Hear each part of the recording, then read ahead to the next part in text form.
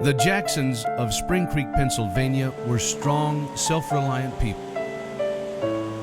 Freedom had nothing to do with money, they told young Bob Jackson. It was a man's spirit of independence that was important. Jackson's parents were farmers when he was very young, and they were busy working all the time.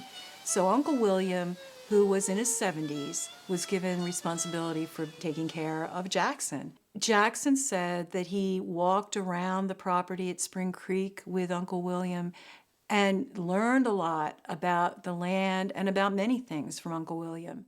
Born on February 13, 1892, to William Eldred Jackson and Angelina Howitt Jackson, Robert led an isolated but comfortable life. The Jacksons were stiff Democrats and their neighbors Republicans, but they managed to hold their own.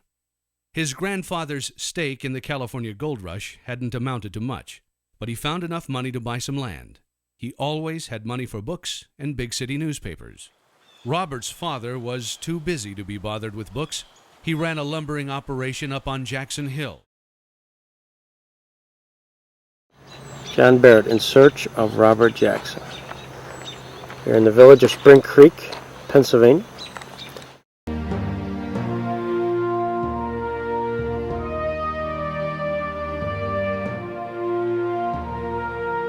As my brother articulated, that there was a sort of almost religious nature to nature. And that came from Bob Jackson down through my mother. And so, you know, she really felt that when you were close to nature, that you were close to truth with a capital T of a sort. And she got this on these long expeditions that, you know, the Jamestown, they would ride, they'd go through Sugar Grove, then they'd head on the road to Columbus, and then they would cut, and I think it was at that Wrightsville cutoff, and come up over Eldred Hill. And then go to the trails, farm. or are they just riding up through the the dirt woods? roads. Dirt roads. Okay. But you know, these were arduous, long journeys, and yeah, I was thinking about that as we were driving over.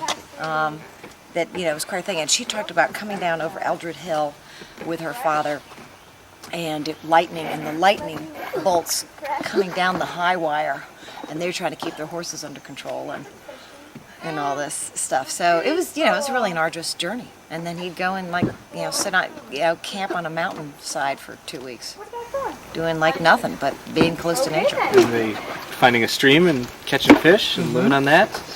Bathing in the stream, living off the land. Now, Porter's Cash Store used to be at the intersection here. And then when you see it, they used to ride horses, and that's where they get their supplies. And then in the farmhouse, which is no longer, and the barn is no longer, where he was born and grew up, were relatives. So. You're the tour guide. Okay. And then on that bluff right there by those two big pine trees was the house. Mm-hmm. And that's the house he was born in? I believe that's the house he was born in. The drive kind of you just sort of went up the hill where that big bush is and would park on that plateau beside the house. And then the house was to the left of those trees. It was a farmhouse. It was my recollection of it, but it could be wrong, was that it was a center entry. You know, now I never went far deep into it because it kind of had there's a rectangular volume, and then the kitchen was kind of added off on this side. So of course the way we always went in was through the kitchen. There's a stone structure up here. Okay, the foundation still exists. So what'd you girls find? The foundation. The structure of, you know, basically that's it. Kind of doorknob over there. This is the house. This is the house where your grandfather grew up. And we're guessing not yours. Calm down. And mine. I said yours too.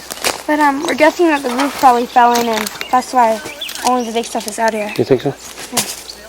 Well, there we go. We're trying to figure out how they got up from the basement, but we're not quite sure.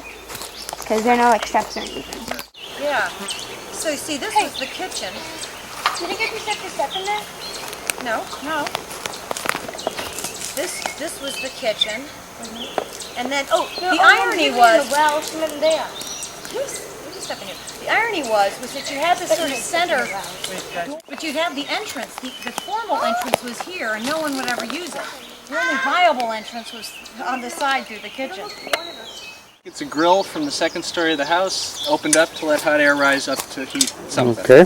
And a doorknob. Another doorknob. Doorknob. Okay, here we go. This is from the homestead.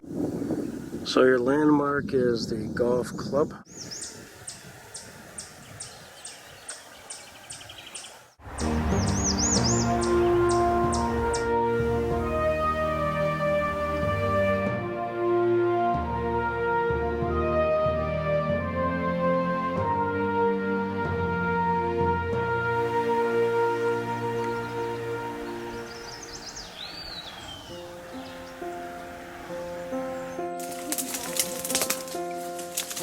Wow, good find.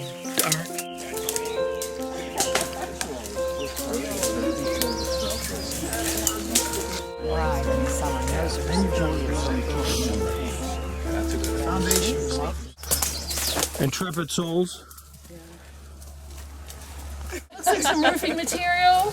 A lot of debris this way. Buckets, some metal buckets, and some glass and piping. That's all you need for a party. Yeah, and let's give us a.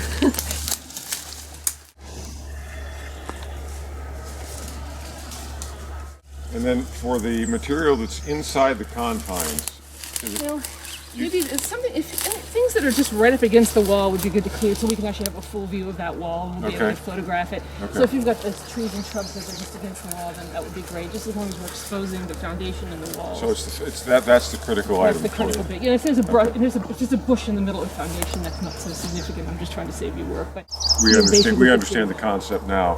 Clear the foundation so you can identify the precise location of that. Yeah, and if we're seeking a total station up here, then we're going to be able to stay. You also in this need to high shoot point here to. and shoot to Yep. it.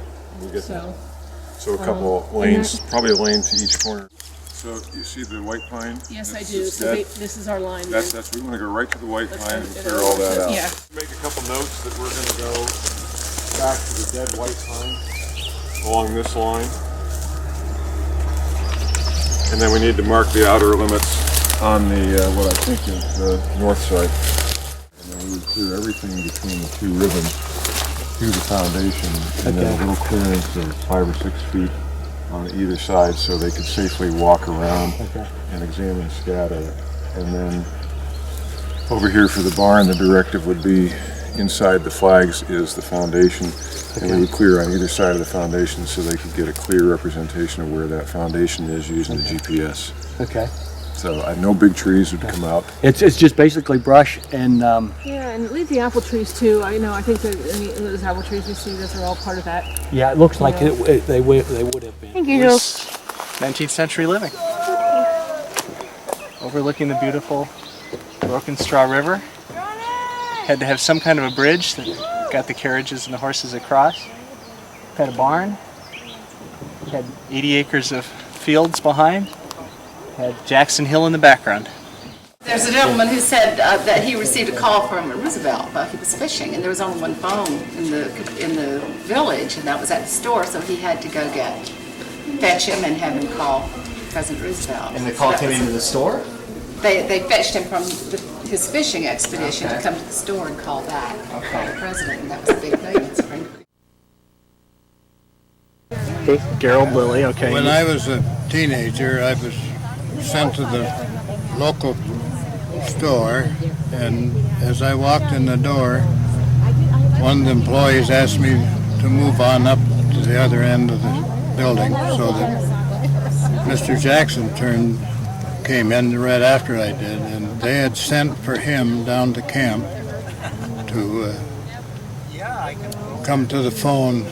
He had to call the White House. We got away to give him some privacy. No kidding. So That was the one. Now, you were a teenager? About what year would this have been? Oh, in the 1930s. Okay. Because you were born when, Mr. Lilly? I was born in 1922. Okay. And then as I was in Scouts, we had pancake supper to raise money to go to camp, I think it was. And he was down at camp at that time, and he came and had. Okay. One other time, his cousin died, Lena Jackson, and he came to the funeral. And as That was here in Spring Creek? yeah, and this is Mr. Bracken brought him over and introduced to each one of the pallbearers, which was in her Sunday school class. I'll be darned. Okay. I don't know anything else right now. Is she here in the Spring Creek Cemetery? I can take you up here and show you where she's buried. Okay. That would be great. This has been terrific. You had a chance to be part of a little bit of history here. Yeah, not a close friend, but I saw him many times. Yeah. And he had here at Spring Creek. Among the locals. Well, they were proud to even see him, you might say. Yeah.